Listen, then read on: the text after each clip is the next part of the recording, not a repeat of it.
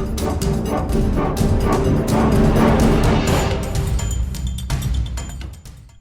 everyone, as you might notice, there isn't supposed to be a video upload today, but I'm just going to do this because I've decided to play a competitive deck, and since I'm going to watch the replay to find out my mistakes during the game, I might as well just upload it to YouTube.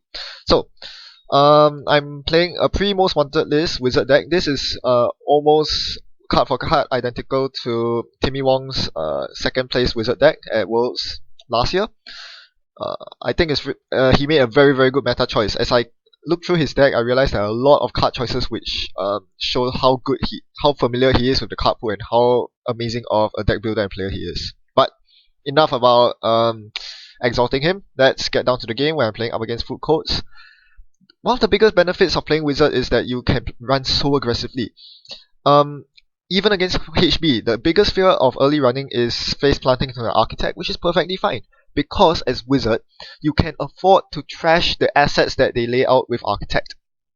That's the beauty. That is the inherent beauty of Whizzard. Unlike any other runner, you can actually afford to face plant into Architects and not lose too much tempo. Because if they decide to install campaigns, you can just clear them quickly. Early pressure is very important against HB. If you get 2 agendas off the top early, you're in a good spot. Otherwise, you're doomed. So this is me trying to get 2 agendas early on. And setting up my economy, because you need economy versus HB with all their multi-sub eyes. Again, I'm going to face plant into R&D here, always running first or second click, because I want to be able to afford the option of clicking through an Eli or Victor if he decides to run Victor. Ichi is not a problem because I have no programs out yet, but that is something to keep in mind as the game goes on.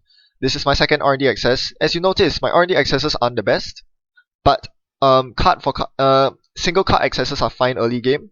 It allows you to identify your opponent's decks. More importantly, it allows you to trash the assets, econ assets, to slow them down from getting started. Generally, remotes are more well protected than centrals because the biggest pain on remotes is Turing, which is more likely to go on a remote than on a central. That being said, I do have a David in my hand, so I'd rather see a Turing on the remote. So now that he has laid something in the remote, and it's probably the Eve campaign which I did not trash earlier because I only had 1 credit when accessing, I'm probably going to try running into that Eve campaign, but not this turn. I'll wait for him to res it first and show he does. I'm going to contest it next turn, and I can afford to do so because I have both Mimic and David. So once you get your early Mimic, you are in a very good spot because now your opponent cannot fire Architect against you. Architect is fine for firing early on. As the runner, you can afford to let Architect fire early on. Later on in the game, that is when you cannot let Architect fire because recurring Caprices and Ashes from the heap is probably the worst thing that you want to see as the runner. Even as Whizzard, when you can trash them for free because you have to suffer the effects of End the Run for Caprice or no accesses for Ash. Both very oppressive. So, I am trying out this deck because I just came back from a store championship. Probably the biggest store championship ever, Netrunner store championship ever, and probably will be the case for the rest of the SC season this year. A lot of people came, and let's just say that I could have played better. So I'm looking for new decks which I can possibly play better.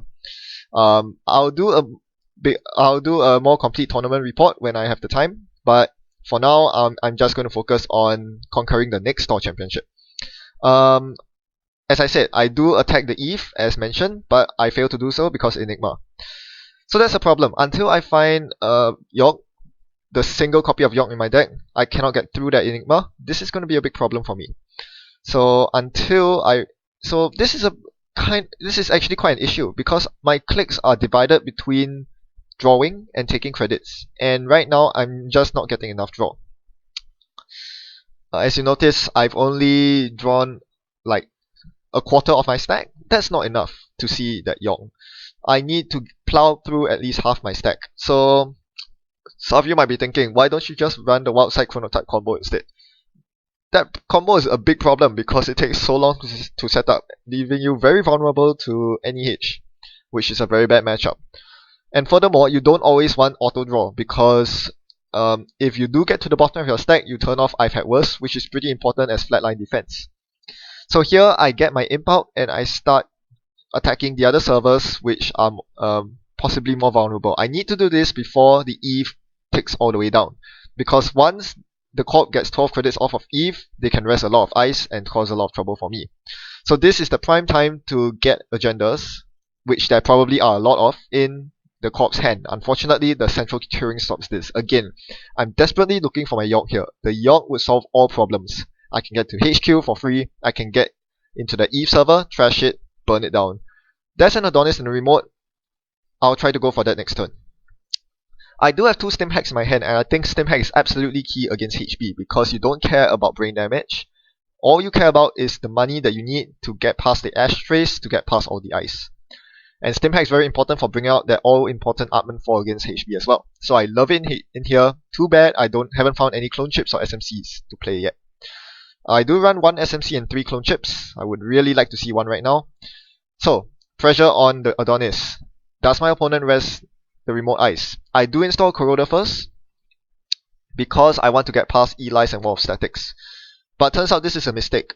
If you think about the ideal rig against HB food codes, of all the ice you need to deal with, all you need in your rig is an Artman 4, a David, and a York. And a Mimic. 4 cards. Artman 4, Mimic, York, David. You do not need a Corroder.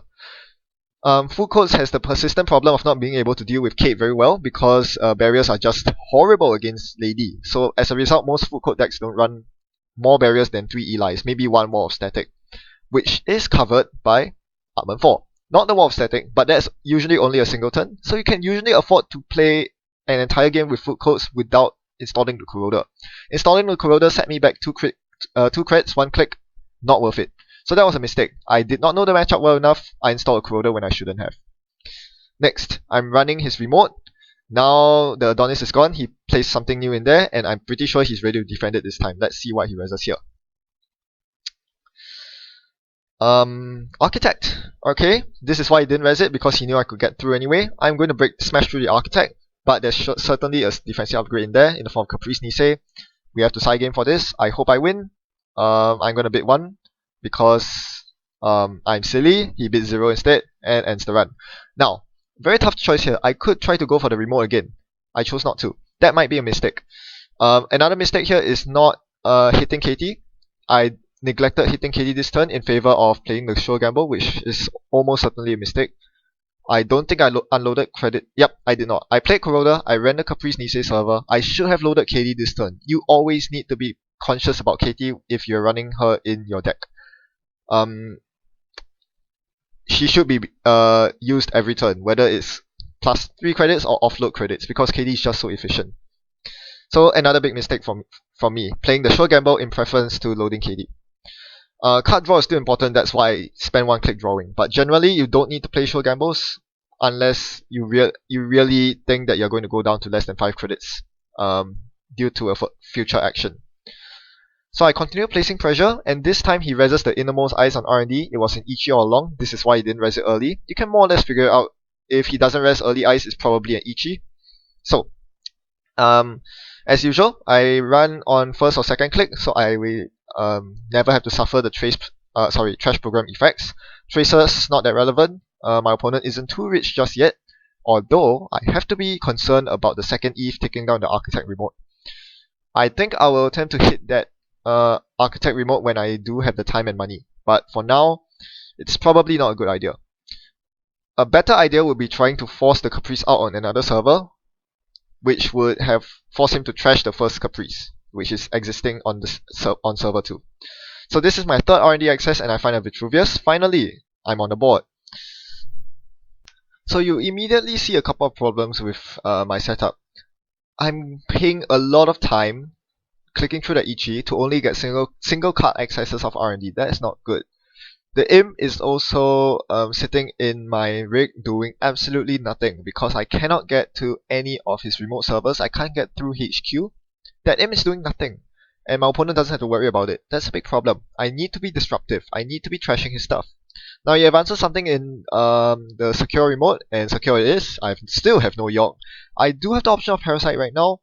I don't think I can do that. I only have 4 memory. I'll need to trash something for my rig. Sure, the Imp is the least important card and can go. But do I really want to use a Parasite on the Enigma?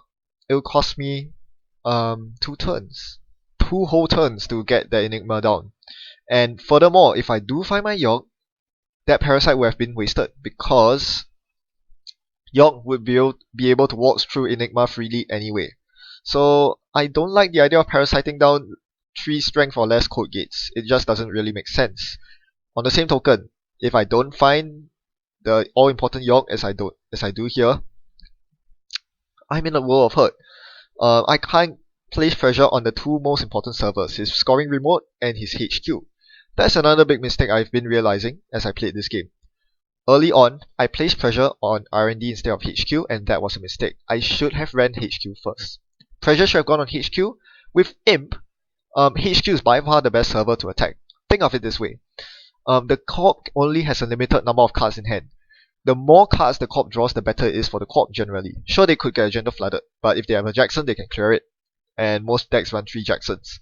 Ultimately, you do not want to give your Corp free draw. That's another thing I learned from the Store Championship.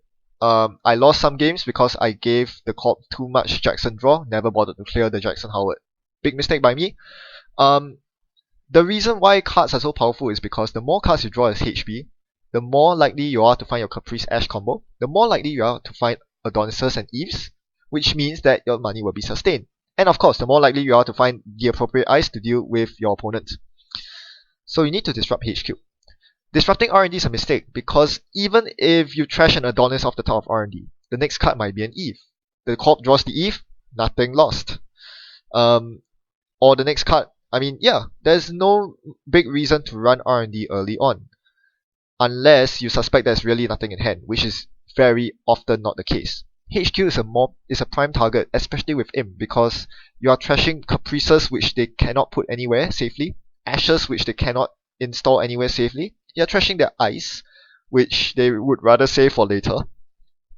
Positional ice, perhaps such as Ichi.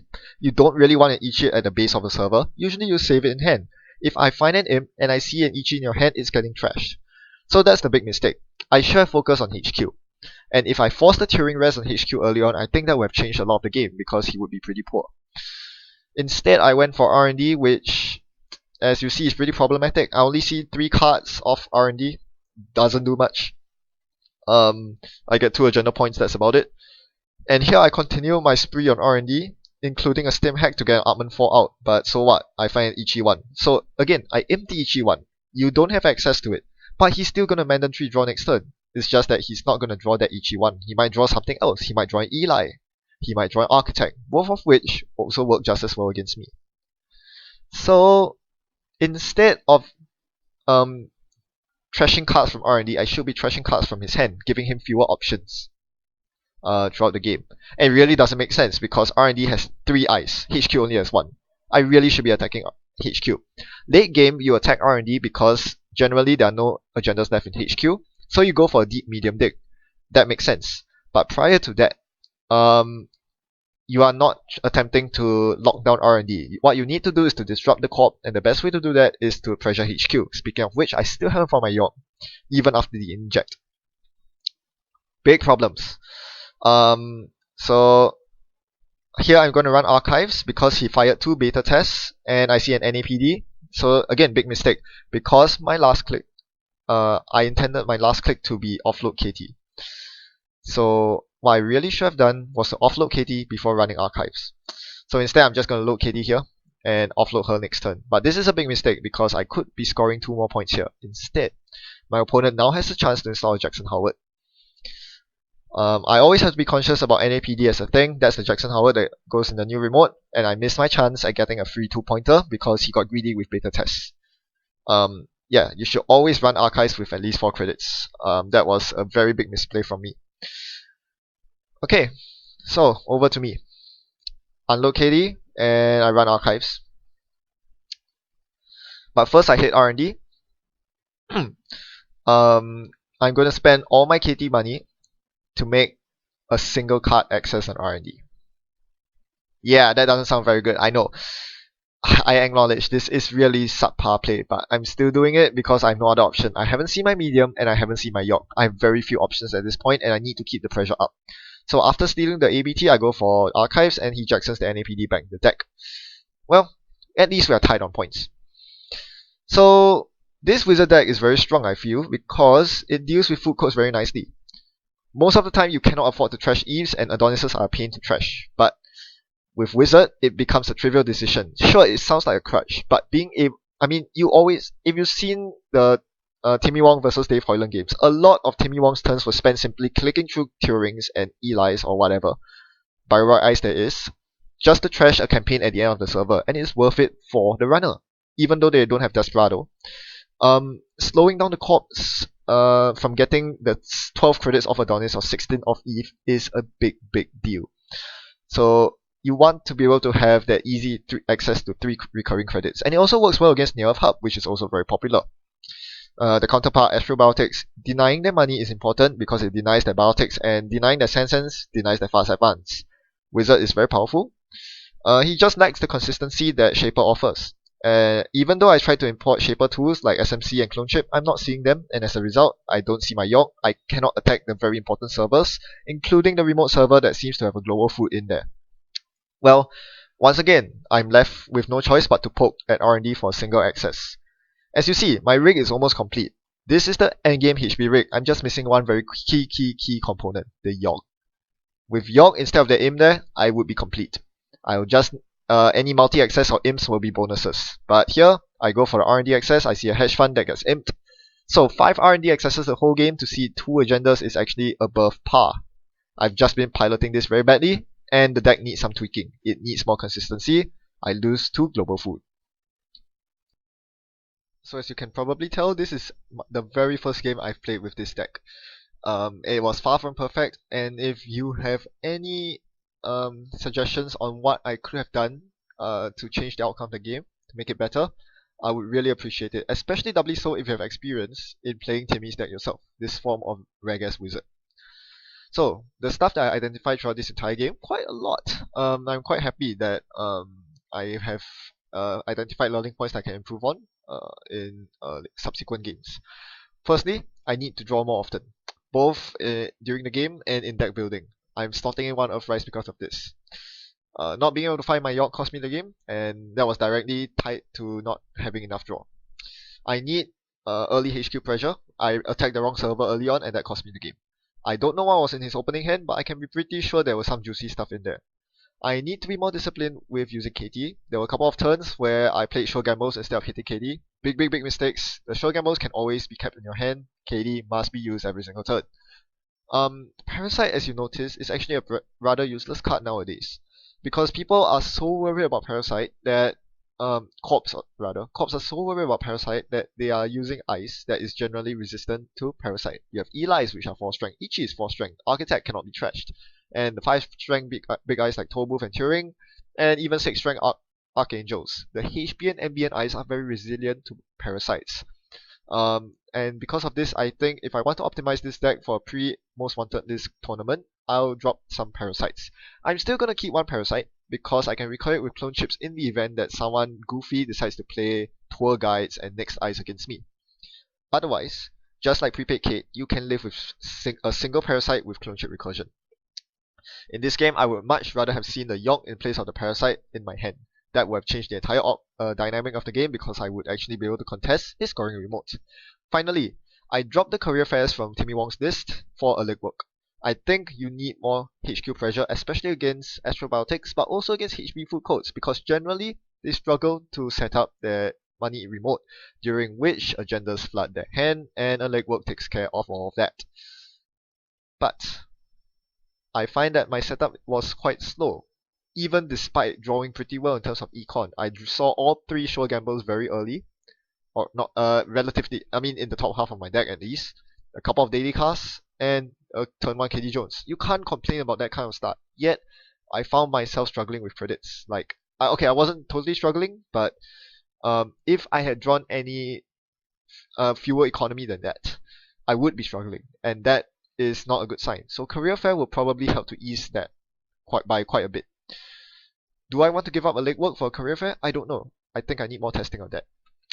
Otherwise, thanks for watching, and I hope you weren't bored to death by the competitive gameplay. I'll have some fun videos tomorrow. See you around.